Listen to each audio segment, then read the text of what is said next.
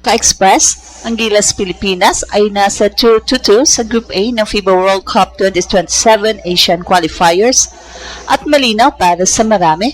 Si Kai Sota ang kulang na piraso para makuha ang dalawang panalo sa darating na third window.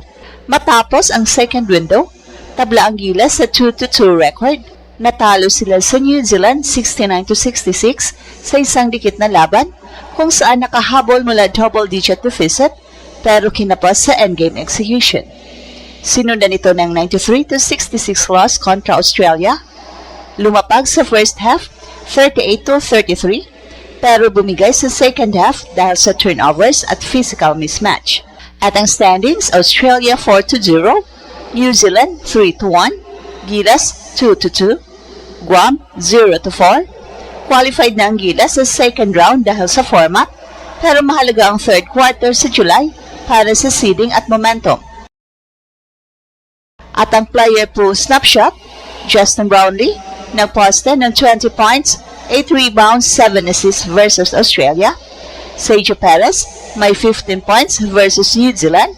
Dwight Ramos steady sa kanyang 10-point range. Junmar Fajardo, Quentin Malura-Brown, AJ Edo, Scottie Thompson, Kevin Kembao, Carl Tamayo ay bahagi ng rotation.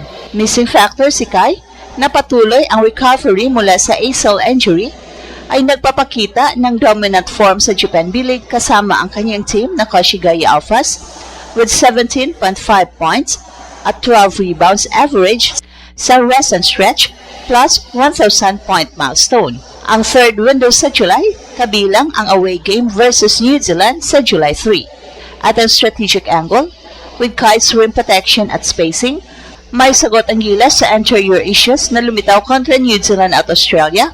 At ang tanong, magiging available ba siya sa window? Ang 2-2 record ng Gilas sa Group A ay hindi disaster, pero malinaw na may structural gaps na kailangang ayusin bago ang third window. Sa 69-66 loss kontra New Zealand, ipinakita ng team ang resilience sa paghabol, pero kulang sa anterior stability sa closing minutes. Ilang possessions ang natapos sa first perimeter attempts sa halip sa high percentage paint touches. Kontra Australia, mas lumutang ang problema. Ang first half defensive effort ay impressive, 39-33, halftime score laban sa isang powerhouse rooster, pero sa second half, na-expose ang depth at rim protection limitations. Bumilis ang transitions ng Boomers, dumami ang turnovers at hindi napigilan ang second chance points. So dito pumapasok ang diskusyon tungkol kay Kai. Sa kakulangan ng rotation, si Junmar Fajardo ang primary low post option.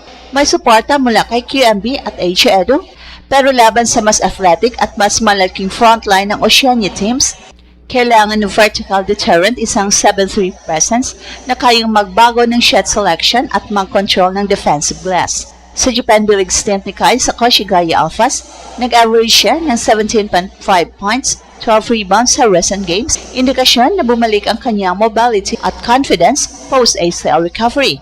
Hindi lang scoring ang usapan, ang kanyang spacing capability bilang pick and pop threat ay nagbibigay ng mas maluwag na driving lanes para kina Sergio Perez at Scottie Thompson.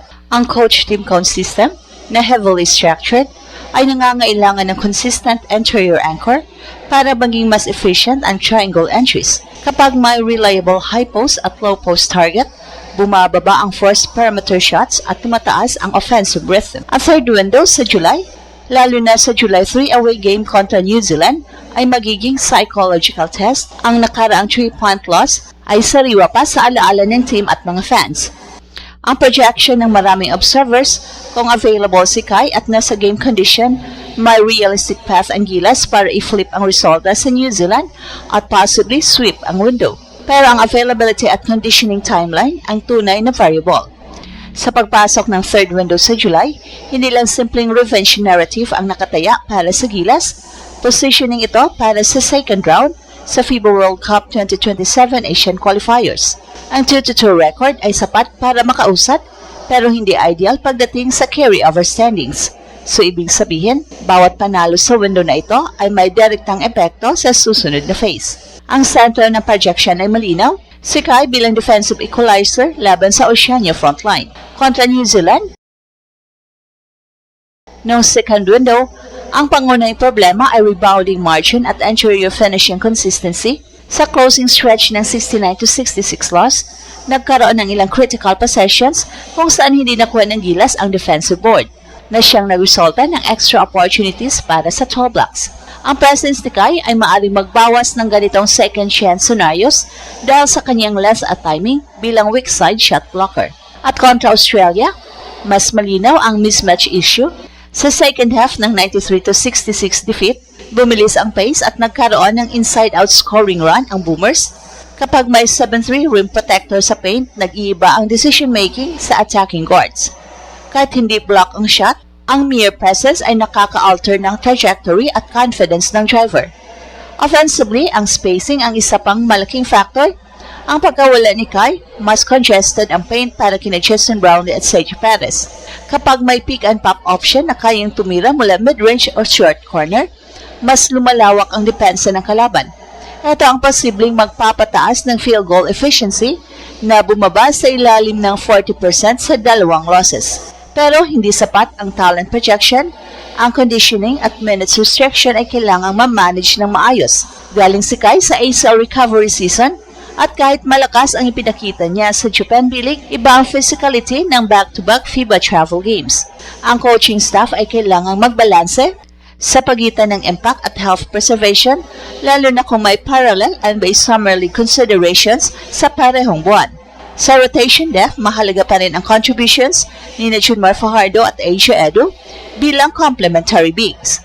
Ang ideal scenario ay staggered minutes kung saan laging may anterior presence sa loob. Sa perimeter, steady pa rin ang roles ni Scottie Thompson at Dwight Ramos para sa defensive containment, habang si JB ang primary half-court creator.